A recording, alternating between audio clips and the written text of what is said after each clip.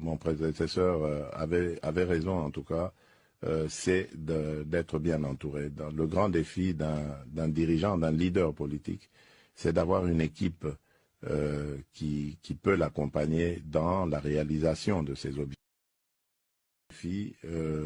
Mon prédécesseur avait raison en tout cas, c'est d'être bien entouré. Le grand défi d'un dirigeant, d'un leader politique, c'est d'avoir une équipe qui peut l'accompagner dans la réalisation de ses objectifs.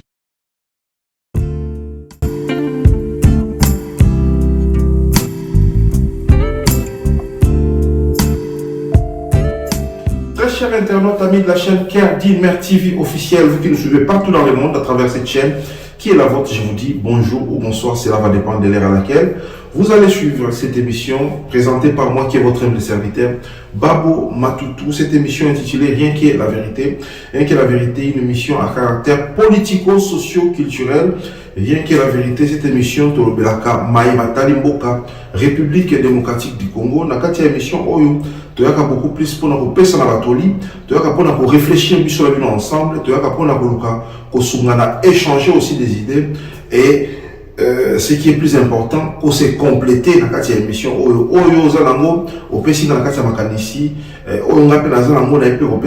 C'est comme ça que nous allons faire en sorte que les Congo aient des niveaux.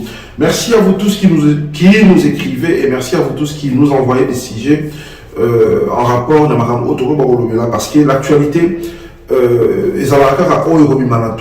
mais aussi l'actualité ou sinon les sujets Otoro retraité Bicho Nabino est allié en rapport dans la gestion Nabino, Toba Sige Oyo, Bino, Bo, Memelabiso. Qu'est-ce qui nous amène aujourd'hui devant vous? Je pense que vous venez suivre la vidéo.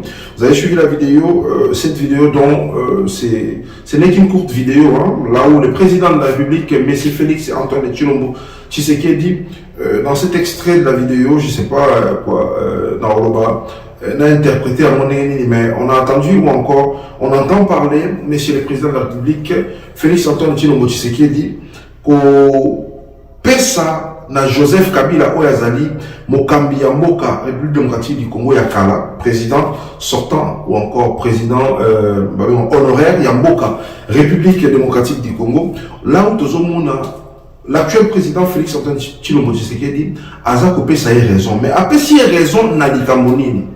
Toyoki na maloba ya Félix Antoine Tshilombo Tshisekedi.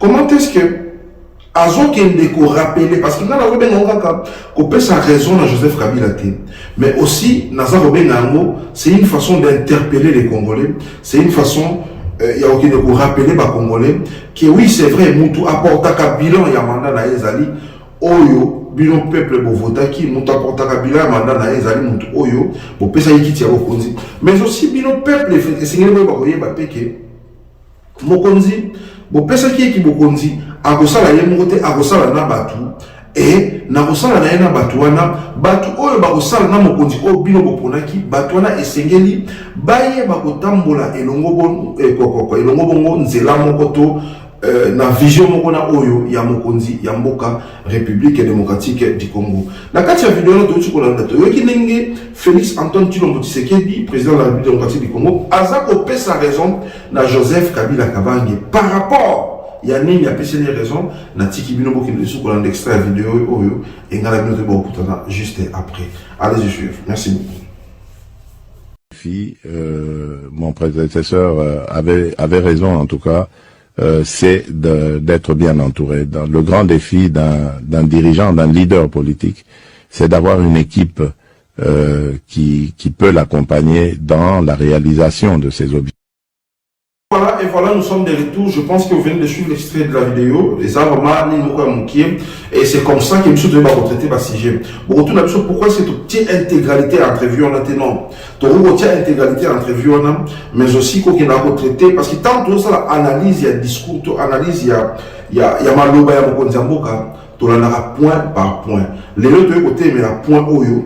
Parce que pour Nabiso, étiquette biso, pour Nabiso, et meki kola musabiso, et voilà pourquoi tu habitues à recevoir la Nabino. Mon candidat Mboka République démocratique du Congo, Félix Antoine Tshilombo Tshisekedi à l'Obéni. À l'Obéni était, à pessi raison, na prédécesseur naïe, au biso sotoyebi ezali Félix Joseph Kabila Kabangi a pesé raison na tinane a pesé raison na gestion na été a pesé raison na neni Joseph Kabila akambela kimboka te mais kasi a pesé raison na point moko na point ni ya lobi este maloba oyo prédécesseur na ya lobaka ke esengeli na moto oyo aza mokonzi ayeba kozala entouré na bato ya balamu o bakoyeba kosala en sorte que vision ou sinon oyo ezali plan de projet ya mokonzi ya mboka eyeba kose concrétiser mpona koyeba kosepelisa bana mboka république démocratique du Congo. Voilà pourquoi toye liboso na bino toye a liboso na bino mpona koloba nini motuna ya liboso ezali boye parce que gouvernement ya M. Félix Antoine Tshilombo Tshisekedi to régime ya M. Félix Antoine Tshilombo Tshisekedi bango bayela biso slogan ya koloba ke le peuple d'abord. Non seulement slogan ya le peuple d'abord, bayela biso lisusu oyo tobengi slogan ya koloba état de droit. État de droit ni koloba ni état de droit ni koloba ki impunité.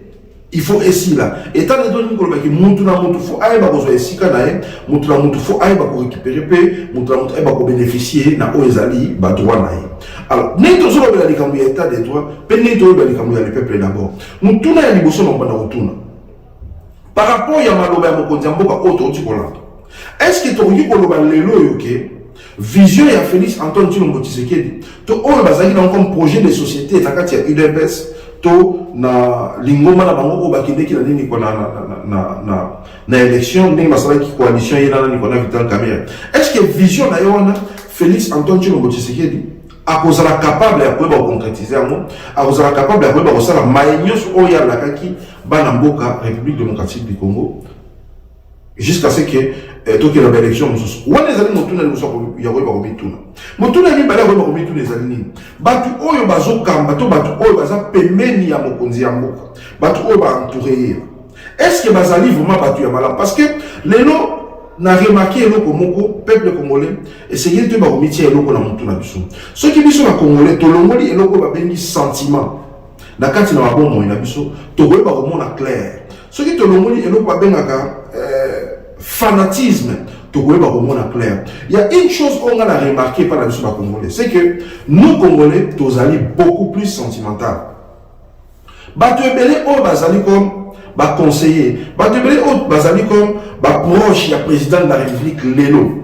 Biso na bino to yebi ke mingi baza ko sala musala na moté, mingi lelo ba continue ba trafic, mingi lelo bazo intimider batu mingi lelo ba makambu ya ndenge na ndenge mais nous ne sommes pas capables ya koyeba kosala ya koyeba kotemela batu na pourquoi parce que ceux qui tomeyi kotemela bango ba oyo mususu baza pembeni to ba oyo baza na molimo ya fanatisme pona bango bazo ba kolba nini eza lokola tozo combattre chef de l'état mais cependant que Joseph Kabila aloba na biso yango ke ceux qui azalaki na 15 personnes to pesa Joseph Kabila raison par rapport à la gestion na ye mais Joseph Kabila aloba na biso soki azalaka na 15 personnes to tourner bato ya malamu mele ye akoka komema Congo liboso phrase wana oyo Joseph Kabila aloba moi je le dis tous les jours soki biso peuple congolais tozalaki bato ya sentiment te soki biso peuple congolais tozalaki bato ya loyenge te ya tozalaki na molimo ya fanatisme te à travers phrase wana tant que tu qui était toqué dans l'élection parce que mandat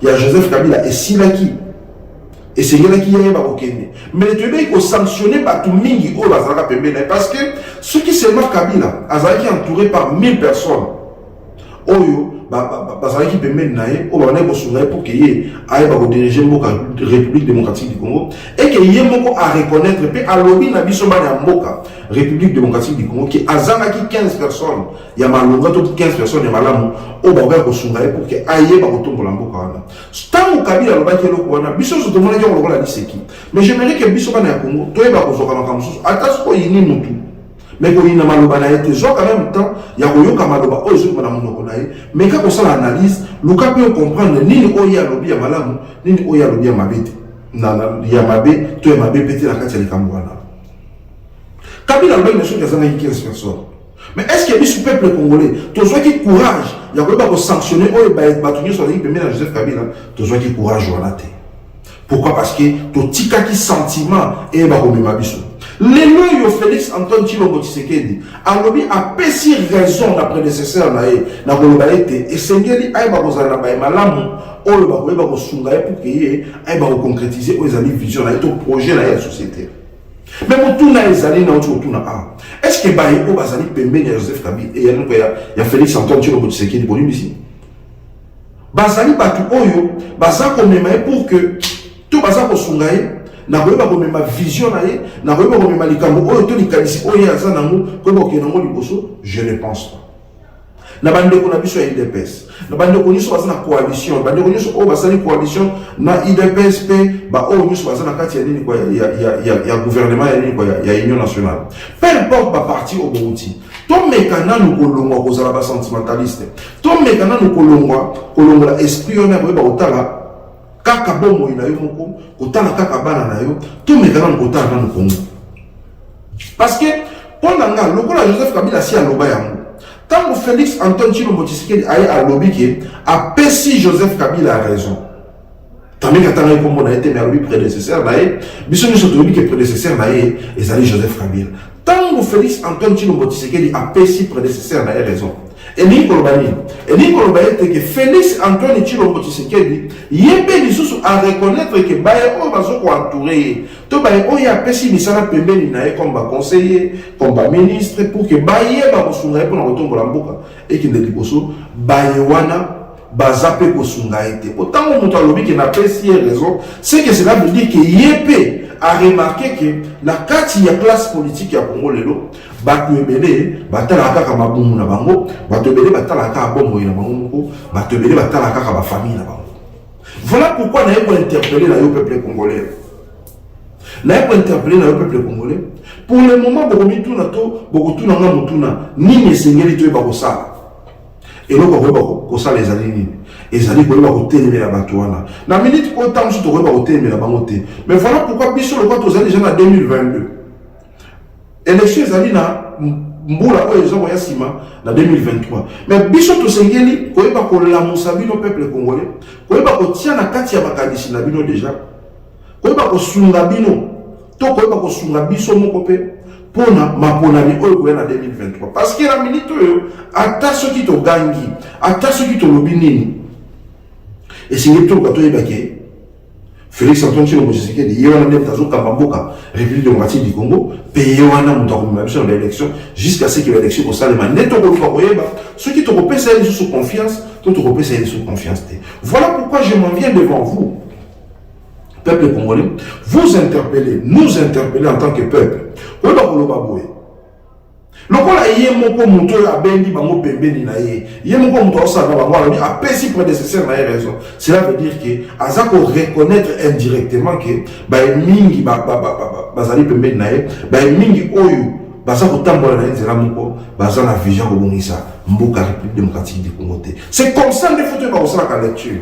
Pour une lecture par rapport ya maloba oyo Félix Antoine Tshilombo Tshisekedi a osukoloba awa ezali te koloba ke mokonzi ya mboka a reconnaître que ba mingi boso komona baza kotambola na ngai mingi bazali na vision ndenge moko na ngai te to mingi bazali na vision ya koyeba kobongisa mboka République démocratique du Congo te bandeko na ngai mboka etongamaka na moto moko te mboka etongamaka na mokonzi ya mboka te mboka etongamaka na premier ministre te mais mboka esengeli toyeba kotonga yango biso nyonso elongo mais biso tokotonga mboka elongo nini. Tant que tu as sanctionné, tu as bango mandat, tu as bango confiance. Il y a personne qui pour que ça représenter biso et que batouana basali et loko moko ya balongate. Ceux qui te bandit ko sanctionner bango. Ba oyo to pesa bokonzi asika. Ba kozana na bobangi parce que ba ko ba que non, ceux qui te sali ya balongate, to ko ba osala nini? To ko eba ko zonga lisusu te na bibonga oyo. Et na kieli susu pour interpeller bao bazali bakonzi ya mboka na kobanda na oyo mo bazali numéro 1 mokonzi ya mboka République démocratique du Congo Félix Antoine Tshilombo Tshisekedi.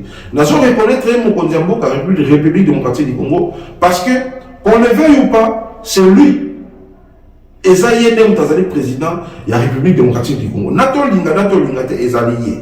Nous l'acceptons parce que l'élection de gars qui n'a pas la solution c'est une élection là qui n'a pas vote vote salimaki après en haut quand ici par recours c'est pas qui n'a ni qu'on a dans ma pour la mienne par recours et en fin de compte prétend qui c'est comme Mokonzi Mboka République démocratique du Congo na eko senga na ye et sengeli kaka ko ba ko lobate que au pesi raison na oyo azalaki prédécesseur na yo mais esengeli koyeba kobanda kosanctionner parce que soki tolobaka ke régime ya Joseph Kabila ebomi mboka République démocratique du Congo eza na eloko moko ebomi mboka wana ntango Kabila alobi ke aza na 15 personnes te oyo malamu bakosunga ye ayeba kotambusa mboka République démocratique moto kotombola yango ntango ye asanctionne bato wana te oyo azo reconnaître ke baza bato malamu te ntango ye asanctionne bango te d'office tokoloba nini tobengi yango impunité et tant impunité eza kosala bato wana bazokokoba na mabe na bango et bazokocontinue kosala mabe wana comme si rien n'était et pendant ce temps mutu oyo akoyeba kozala juge to mutu oyo bakoyeba kotuna mituna na suka ya manda na ye ekozala kaka mutu oyo mpe bapesaki bokonzi mutu oyo bapesaki bokonzi ya koyeba kokamba mboka ya Congo sika bato kolobaka ezali Félix Antoine Tshilombo Tshisekedi ne peuple kotuna na 2023 mais je pense qu'il est temps parce que la minute biso sotoyebi ke bana ya Congo baza kolela pe bana ya Congo baza komona oyo baconseiller ya mokonzi ya mboka baza kosala bana ya Congo baza komona makambo oyo eza kosalema tout autour ya mokonzi ya mboka e bana ya Congo mingi baza kosepela na yango te alors tango bayewana oyo bana Congo baza komona ke bazosala mosala na bango te eke mokonzi ya mboka aza kosanctionner bango te tozo komona ki oyo le peuple d'abord balobelaki biso eza na ntina moko te oyo état de droit balobelaki biso eza na ntina moko te état de droit ezosala mosala nango te tant que mokonzi ya mboka azoyeba kosanctionne baye oyo baza pembeni na ye te tant que mokonzi ya mboka azoyeba kosanctionne baye oyo bazotambusa to bazotambola nzela moko na ye te bato wana bakoki kosunga yo mpo yo okoma bisika yo ozali mais soki bazotambola vision moko na yo te tu n'es pas obligé de regarder auprès de toi même si ce sont tes amis tia bango na makambo na oyo ezali privé tia bango na makambo na oyo ezali privé tia bango na nini kobala na oyo babengaka nini na raison civile. Tous ces conseillers-là qui ne font rien, tous ces conseillers-là qui sont dans la barbarie, tous ces conseillers-là, le bon ça la Sony. Tant que la Sony, la Sony pas il y a pas n'importe République démocratique du Congo, mais parce que ça la Sony en rapport à la vision, pena maloba oh bino bomemela qui bana yamboka Congo. Et je pense ça la Sony parce que en vous, Félix Antoine Tshilombo Tshisekedi, peuple congolais, batiaki espoir. Na bilonde ba congolais bazokoze la changement pe ba congolais ba kozo changement parce que congolais là qui avec Kabila ay ba okende congolais abayaki alemaki Kabila mais ceux qui tozo mona makambo oyo et salemaki na tango Kabila ezali susu kozonga du moment où yo moko zo reconnaître que ndekona o alekaki makambo alobaki akosaki te alobaki mamba solo on reconnaître mais quand chose qu'on sanctionne parce que le fait qu'on reconnaître qu'il y a qui a raison cela veut dire que yo moko peut au moins faille ou sinon on remarque que madame oh ya loba qui on a entourage na yo pesali mais toujours ça la ligne voilà pourquoi tu le biso na émission oh rien que la vérité biso to yaka ko condamner kakate biso to yaka awa pour na roba osolola ko réfléchir ko pesa na makanisi balobaka mwana moke abetaka mona mokolo mpe abelaka moto ezomona aza na ntina te ekomaka mpe na ntina libanga oyo babwakaki lobi mpe esungaki esalaki nini etombolaki mpe ndako boyoka peuple soki ye moko Félix Antoine Tshilombo Tshisekedi azo reconnaître que Kabila Zalaki n'a raison. Cela veut dire que Yemgo a reconnaître qu'autour de lui, aventurier Baza Ebele, autour de lui, bateau Balingi Kongote Bazali Ebele. Mais tout le monde, le corps congolais, tout le monde a un sentiment. Le corps congolais, tout le monde a animé un sentiment. Le corps congolais, tout le monde a un fanatisme. Tout ça pourquoi? Parce qu'il nous a là. Les collègues ont un fanatisme. Tous les fanatisme, tout côté ici, na bon moyen biso. Tous ont vénéré, tous ont commis ça batu. Même attends, mon toit a abomé lui, mon toit na ndaku. Mon toit a dit que yende mon parce que yende tazali mon conducteur nous sur la régie des eaux parce que yé quoi à ça qui nous sala les malades monter ne maille et qui salité ndako mwana nga aliaki kwamelaki mai wana e na nsima nango libumwelekaki mwana nga akufaki mais lobi nango soki moto wana ye apesi yo t-shirt apesi yo soso okumisi ye lisusu toza na mboka nini peuple congolais toyeba kotelema toyeba kosanctionne Kabila alobaka na biso yango ki azalaki 15 personnes soki tozalaka mayele mpona koloba te ke toza mayele te mais soki ntango mosusu tozalaki na babenga soki tozalaki miso ya kofungwama to na bososoli voilà mayele te mais soki tozalaki na bososoli ntango Kabila alobaki ke ye azangi 15 personnes oyo bakosunga ye mpo ke atombola mboka ya Congo esengelaki na biso toyeba koyebaki Kabila afundaki deja baye nyonso bazalaki pembeni na ye mpa na bino peuple na koloba ete ke bato nyonso bozo komona oyo bazali bato ya kosala confiance te. C'était ça le langage. C'était ça le langage.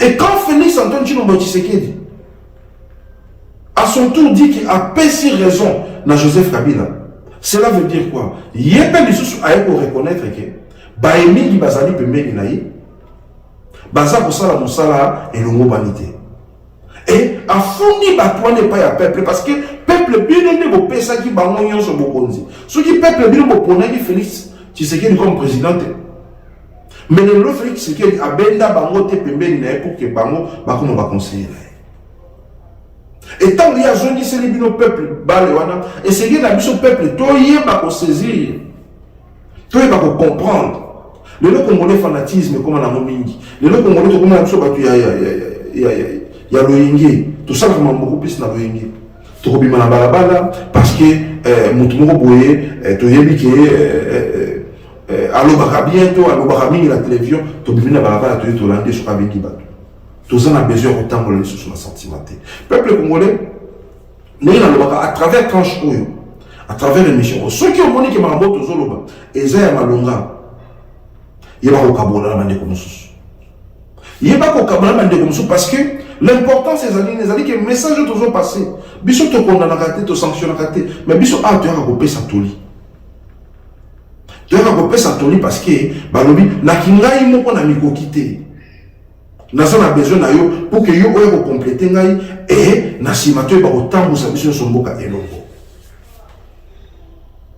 na sima ngo biso to ba ko tambusa mboka elongo à nous peuple congolais ko yeba ko sanctionner bato ceux qui si ko to za na pouvoir ya ko sanctionner bango te parce que biso to pesi bango kunini quoi bibonga wana to ba poste bazali wana to c'est la bango na 2023 parce que ba ko zonga lisusu attaque na 2023 élection resalemité ba ko zonga kaka lisusu na maboko na biso et peuple congolais sengi na biso toyeba ko koma na eloko ba bengi toyeba ko sanctionner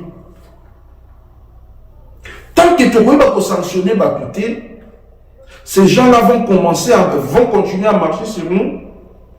Ils vont continuer à faire du n'importe quoi. Et pendant ce temps, biso ba au peuple to zangi, biso ba au peuple to zana pasi, to gozala rapida kolela na kolela. Pasi na biso moko to zolinga yango. Pasi na biso moko to zolinga parce que to lobaka, que to lingi sous Kabila te.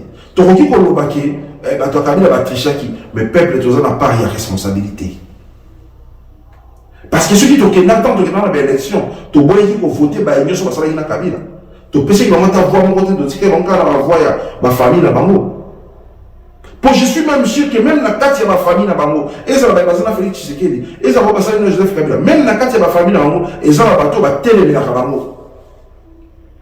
Ba mona na kibande ko na biso bazo sala loko mo côté ceux qui za ko bunda pona mabunda bango te, ceux qui za ko bunda pona bana na bango te, ceux qui pesa ko bunda pona famille na bango na basi na bango. Peuple congolais, nous devons apprendre à sanctionner. Apprendre à sanctionner et te yebaka ko la lecture. Ata ko soko lingi motuté, ata ko soko séparation dans motuté, mais mayazo musala monoko na e, ko boya moté yoka et ko sunguna likamoko. To linga ki Joseph Kabila te, problème est ça te. Mais quand Joseph Kabila a lobaki na biso déjà que nazala ba malam o ba entouré ngate. C'était à nous, la population, il y a vraiment sanctionné Batouane. Mais nous n'avons pas compris. Les noms Félix Tshilombo Tshisekedi a lobby que, après si Joseph Kabila a raison, qu'il y a mon tour, ils ont dit que vous en avez malade, vous allez entourer, autant de monde, cela veut dire, on reconnaître que, mais il n'y a pas ça que mener naïe. Basa malamonte. Neto Lubaka, ou azana matu ya koyoka, ayoki. Azana mote makobomba abombi. Ou pas encore ça là, à Sali. Nous vous disons merci, vous tous qui nous avez suivis de partout dans le monde. Un grand merci à vous. Continuez à partager nos émissions ou encore, si seulement vous avez des suggestions, des remarques, le numéro est affiché au bas de l'écran juste à droite. N'importe la télévision à droite, le numéro est affiché place on a. Vous pouvez nous contacter sur WhatsApp ou sinon dans les réseaux sociaux. Comme vous avez place on a sur les réseaux sociaux. Donc vous avez place on a pour répondre à bino na mituna na bino to na repesa bino biyano na oyo bino vous avez encore ma question et puis tu vas voir la suggestion na bino ceux qui vous avez bien na sujet to vous allez m'emposer autonomisa bino biso to vous aura toujours place en tant que basali na bino en tant que basali la population pour na koyeba kosunga bino nzambe ba obata bino na bota na bino bisika vous allez biso na bino to lobi bye bye à la prochaine.